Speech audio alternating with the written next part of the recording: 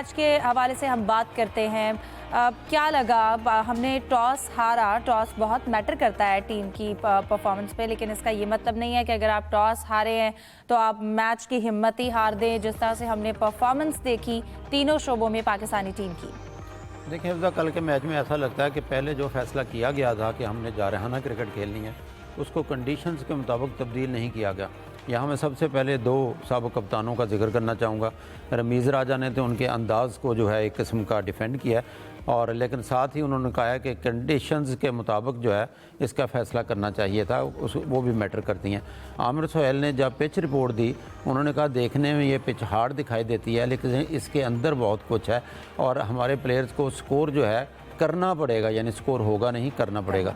लेकिन हमने देखा कि इब्तदा से ही जैसे हमारे बैट्समैन गए हैं, साइम अयूब और मोहम्मद हारिस ख़ास तौर पर, वो जिन शॉट्स पर आउट हुए, वो लगता था कि अगर पाकिस्तान की कंडीशन में होती कज़ाफ़ी स्टेडियम में तो यकीनी तौर पर चौके या छक्के होते, लेकिन वहाँ कंडीशन मुख्तलिफ थी। हमारे इब्तदाई बैट्समैन, जिस टीम के 5 बैट्समैन 46 रन पर पावर प्ले में आउट हो जाएँ, बड़ा मुश्किल हो जाता है उनका स्कोर करना। हालांकि इस पिच पे अगर माजी को देखा जाए तो यहाँ एवरेज स्कोर जो है 125 है। अगर पाकिस्तान कोई 130-135 तक पहुँच जाता, अच्छा मुकाबला होता। लेकिन इसके बरक्स बांग्लादेश के बॉलर्स की तारीफ़ करनी चाहिए। उन्होंने इसके मुताबिक मौके की नज़ाकत देखते हुए बहुत ही उम्दा बॉलिंग किया, और अंदाज़ा लगाएं कि आखिरी 3 ओवर्स में तो उन्होंने स्कोर ही नहीं बनने दिया। तस्कीन और मुस्तफ़ीज़ुर रहमान अच्छे बॉलर हैं, बीपीएल में दोनों को काफ़ी मार पड़ती है, लेकिन यहाँ अनप्लेएबल हो रहे थे पाकिस्तान के पास, और ऑलराउंडर्स की भरमार थी हमारी टीम में। यहाँ तक कि फ़हीम अशरफ 9वें नंबर पर बैटिंग के लिए आए, तो काफ़ी गलतियाँ की पाकिस्तानी टीम ने, बैट्समैनों ने, और इसके बाद ज़ाहिर है बॉलिंग के लिए उतना टारगेट भी नहीं था, बॉलिंग में भी बेशुमार गलतियाँ थी। सलीम साहब, आपको क्या लगता है पिच रीड करने में गलती हुई? कप्तान की जानिब से कहा गया कि अगर वो टॉस जीतते तो पहले फील्डिंग करते, लेकिन टॉस हारना मैच का हिस्सा है, लेकिन इसका बिल्कुल ये मतलब नहीं है कि आप क्योंकि आप पहले फील्डिंग नहीं कर पाए हैं तो आपसे बैटिंग भी नहीं होगी। स्कोर करना था जो कि नहीं किया, और इसकी वजह से जैसे कि जाहिद साहब ने भी कहा कि टारगेट ऐसा नहीं था कि बॉलर ज़्यादा देर जो है वो रेजिस्ट कर सकते।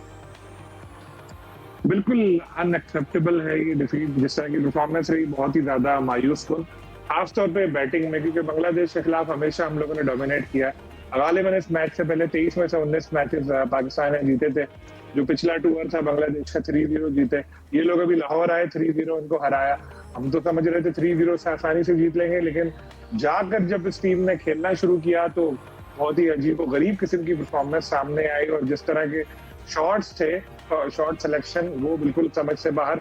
फिर 3 प्लेयर आपके रन आउट हो रहे, फिर जिस तरह सलमान अली आगा का शॉट था वो समझ नहीं आया। हालांकि किस्मत साथ दे रही थी, पहले ओवर में फखर का एक कैच ड्रॉप हुआ, बाद में एक और उनको चांस मिला, लेकिन दूसरा जब उनको उसके बाद तो बड़ी इनिंग खेलनी चाहिए थी, लेकिन फिर रन आउट हो गए। बाकी कोई विकेट पे ठहरने को तैयार ही नहीं था। अब्बास साहब ने एक अच्छा शॉट खेला, लेकिन ऐसा भी क्या था पिच पे कि कांटे निकल आए थे। क्या था, एहसन के लिए तो बहुत आसान था कि मलबा डाल दो पिच पे। नो डाउट शुरू में पिच मुश्किल थी, लेकिन आप अपने मुल्क से बाहर जाके थोड़ी बोल सकोगे। बांग्लादेश थोड़ी पूछेगा एहसन भाई तुसी आ रहे हो, बताओ किहड़ी पिच बनाए।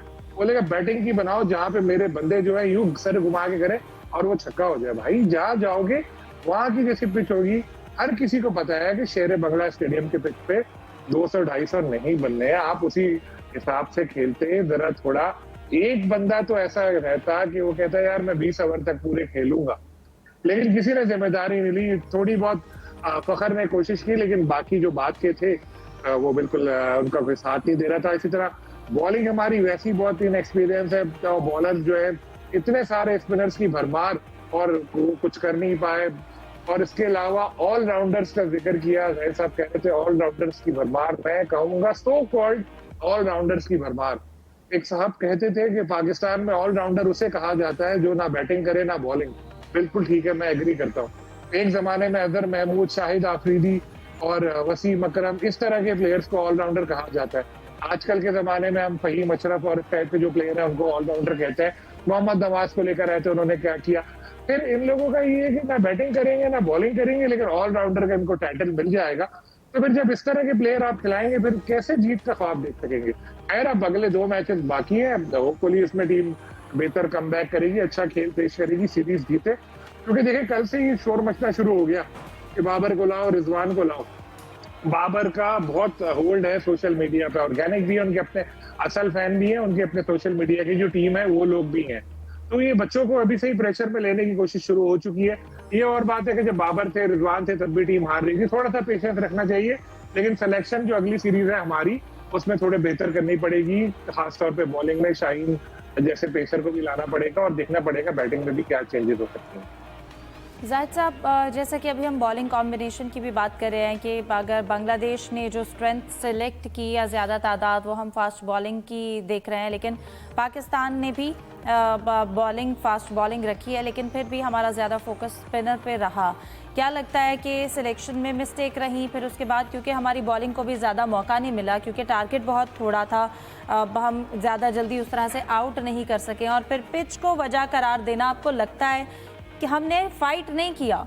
एक लड़के हारे होते तो शायद थोड़ी तसल्ली होती, लेकिन हम तो ओवर्स भी कंप्लीट नहीं कर सके। जैसा एक तो पाकिस्तान ने 2 बेहतरीन रिकॉर्ड भी बनाए, जैसा आप खुद जिक्र कर रही हैं कि 110 रन से कम अज़ कम स्कोर है पाकिस्तान का बांग्लादेश के ख़िलाफ़। आज तक इतना कम स्कोर नहीं किया पाकिस्तान ने। दूसरा ये था कि आज तक पूरी टीम आउट नहीं हुई थी। आप जो है 20 ओवर्स तक भी वहाँ नहीं ठहर सके और आप आउट हो गए। आखिरी ओवर में तो 3 हमारी विकेटें गिरी हैं, 1 रन आउट हुआ, 2 जो है वो कैच आउट हुए थे उसकी तस्कीन की गेंद पर। तो पाकिस्तान ने बहुत मायूस किया बैटिंग में, और कप्तान समेत, जैसा सलीम भाई भी अभी जिक्र कर रहे थे कि कप्तान तो कम से कम वहाँ रुको। कप्तान अगर ये ट्रेंड आपको दे रहा है कि ऐसे खेलना है तो पीछे आने वाले क्या करेंगे? हसन नवाज ने भी आते ही गेंद उठाई है और बैटिंग बहुत मायूस थी। इसके बाद जहाँ तक आपने बॉलिंग का जिक्र किया तो मेरी समझ से ये बिल्कुल अलग है कि बांग्लादेश प्रीमियर लीग खेल कर आए थे खुशदिल शाह, जब उनको लिया गया था उनको बैटिंग के लिए, वो बैटिंग के लिए तो चले 20-25 किए आउट हो गए। इसके बाद उनको आपने ओवर ही नहीं दिया, खुद ओवर करने नहीं आए। नवाज़ जिसका जिक्र हो रहा है, नवाज़ जो है इस वक्त अगर देखा जाए मौजूदा टीम में सबसे ज़्यादा एक्सपीरियंस बॉलर हैं, उनको सिर्फ 1 ओवर दिया गया। ये ठीक है, वो भी 12वें ओवर में आए जिनकी आखिरी गेंद पर छक्का लग गया। तो कप्तानी भी कल इतनी नहीं थी, लगता था कि सलमान आगा शायद उस प्रेशर से नहीं लेकर सके जो पै दर पै विकटें गिर रही थी। मोहम्मद आरस का मैं बहुत पहले भी जिक्र कर चुका हूँ, दोबारा करना चाहूँगा। आप गौर कर लें, मोहम्मद आरस PSL में भी ऐसे ही आउट होते थे। कल भी मोहम्मद आरस ने ऐसे ही शॉट खेलने की कोशिश की और ये भूल गए कि ये कज़ाफ़ी स्टेडियम नहीं है या ये कराची का नेशनल स्टेडियम नहीं है, बांग्लादेश है। और जहाँ तक माइक हैसन का भी जिक्र हुआ कि माइक हैसन ने पिच पे कहा है कि जी पिच जो है ये इंटरनेशनल मेयार की नहीं थी, ऐसी नाकाबिले कबूल है। तो बांग्लादेश ने हमेशा हमें एक्सपेक्ट करनी चाहिए और तवक्को की जाती है कि बांग्लादेश अपनी होम कंडीशंस के मुताबिक खेलेगा। हर टीम को होम एडवांटेज जो है वो हासिल होता है, ये किसी से वापस नहीं लिया जा सकता। और जैसा ये है कि बांग्लादेश ने इसी किस्म की बनाकर तो न्यूजीलैंड को 3-2 से सीरीज़ जीती थी, पर ऑस्ट्रेलिया की टीम नो डाउट उनके कई सीनियर प्लेयर उसमें मौजूद नहीं थे, 4-1 से उन्होंने ऑस्ट्रेलिया को हराया था। हाँ, इसका दूसरा पहलू सामने रख कर अगर देखा जाए तो बांग्लादेश ऐसी पिचेस बनाता है तो फिर वो इंटरनेशनल सतह पे जब वो बैरून मुल्क उनकी टीम जाती है वो बुरी तरह नाकाम होती है। लेकिन होम एडवांटेज जो है वो बांग्लादेश को हासिल है और तवक्को की जा रही थी, क्योंकि बारिशें भी हुई इससे पहले, ढाका में हो रही थी, फिर ताकि मैचेस के दिनों में रुक जाएंगी, उसका भी पिच पे असर था।